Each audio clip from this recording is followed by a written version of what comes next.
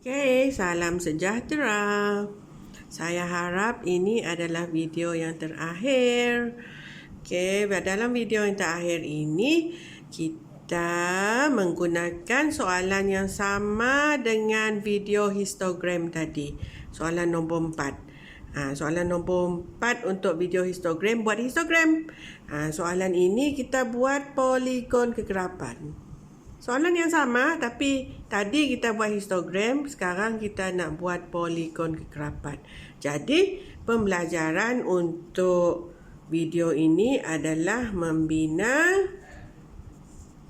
poligon kegerapan. Okey? Tak payahlah nak baca balik soalannya macam tadi juga, macam video yang sebelum ini. Okey, untuk membina poligon kegerapan kita perlu ada jadual kegerapan lah. Dalam jadual kegerapan macam tadi juga, tulis baliklah tingginya, lepasnya bilangan batang tebu. Noya balik, tulis balik benda tu. Okey, dalam poligon kegerapan kita perlu ada titik tengah. Kalau tadi histogram kita memerlukan sepadan atas dan sepadan bawah, tapi untuk poligon kegerapan kita perlu titik tengah. Okey, apa yang membezakan histogram dengan poligon kegerapan ialah selang kelas yang pertama dengan terakhirnya kegerapannya mesti kosong. Ini mesti kosong, ini mesti kosong. Yang kedua ini baru kita mengambil yang data yang diberi 1.0 hingga 1.9. Tulis dulu lah 2.0 hingga 2.9. Okey.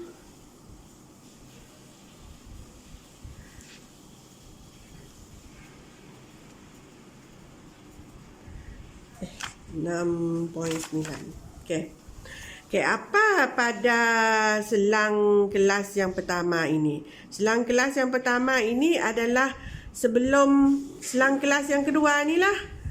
Jadi apa agaknya? Jadi kalau ini 1.0, ini mesti 0.9. Ini mesti 0.0 lah. Tidak ada lain, mestilah 0.0 hingga 0.9. Lepasnya barulah ikut data yang diberi. Dan yang terakhir lepas 6.9 apa? Kenanya 6.9. Salah tulis saya tu, 6.0. 6.9, jadi ini adalah 7.0 hingga 7.9. Ini yang mesti ada yang pertama awak wujudkan sendiri dan yang terakhir awak wujudkan sendiri. Kenapa? Lepas ni saya bagi tahu kenapa. Sebab poligon kegerapan memang memerlukan kegerapan yang pertama mesti kosong, kegerapan yang terakhir mesti kosong. Okey. Yang lain ikutlah data yang diberi 25, 33, 46, 50, 44, 36. Okey, titik tengah. Titik tengah macam mana nak cari titik tengah? Had bawah, had atas ditambah, kemudian bahagi 2. Kamu akan dapat 0.45. Okey, seterusnya 1.9 bahagi 2. Kalau ditambah akan dapat 1.45. Bab kata saya tak perlulah buat satu persatu, dah nampak dah polanya.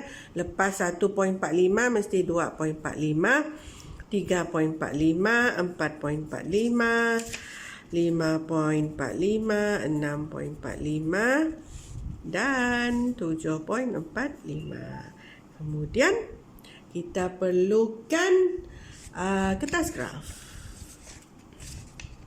Okey, kertas graf.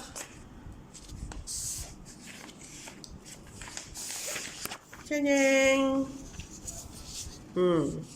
Okey, macam tadi juga, kita hasilkan histogram.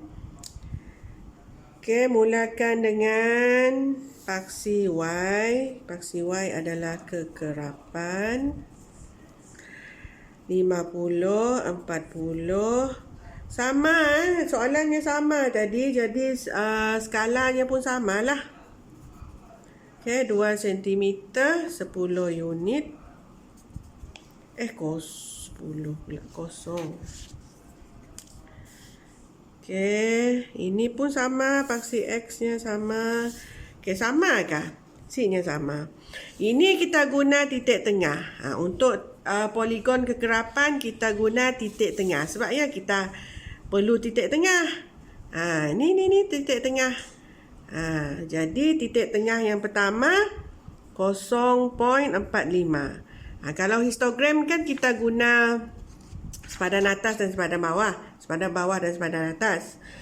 Okey, 1.45, 2.45, 3.45, 4.45, 5.45, 6.45 dan 7.45.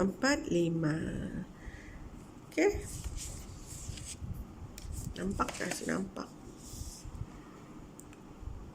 Okey. Pas ya. Poligon kekerapan kita tanda guna titik. Guna titik. Saya nampak kok, atau saya tinggikan sikit.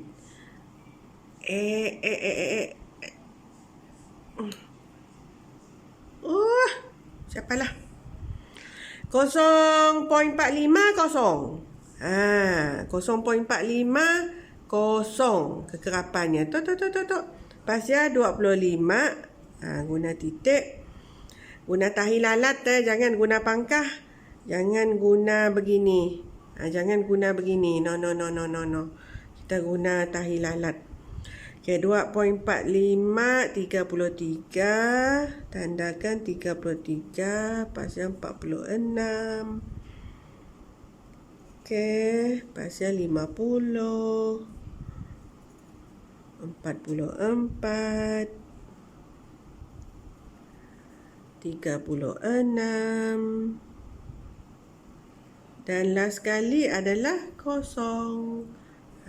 Last sekali adalah kosong. Jadi sambungkan guna pembaris. Daripada satu titik ke satu titik kita guna pembaris, bukan freehand guna pembaris.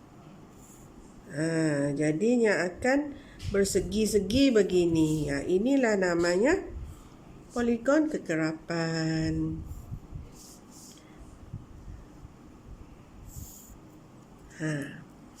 Okey, inilah namanya poligon kekerapan. Okey, kenapa tadi saya madah kenapa yang first? Yang first ini mesti kosong, yang terakhir mesti kosong. Sebab ia adalah poligon kekerapan. Sifat poligon mesti tertutup. Saya dah awak jumpa poligon yang terbuka, yang terbengak macam tu. Saya dah awak jumpa poligon macam tu kan? Macam tu kan? Tak ada kan? Hanya mesti tertutup. Salah satu sifat poligon mesti tertutup. Begitu jugalah poligon kekerapan. Hanya boleh tergantung-gantung. Kalau awak set dah kosong pada permulaan dan pengakhirannya kosong, maka ia akan tergantung. Di situ ajaknya kelak. Hanya bergantung macam tu aja. Di situ ajaklah awak pun poligon kekerapan. No. Sebab ianya perlu ada. Yang pertama mesti kosong, yang terakhir mesti kosong. Supaya ianya tertutup. Ini namanya sifatnya mesti tertutup. Poligon kekerapan mesti tertutup. Faham? Sebab ialah kita memerlukan selang kelas yang pertama mesti kekerapannya kosong dan selang kelas kedua terakhir mesti kekerapannya kosong. Maka terhasillah poligon kekerapan yang sempurna. Faham? Jadi ini adalah poligon kekerapan. Okey, sekian saja. Terima kasih.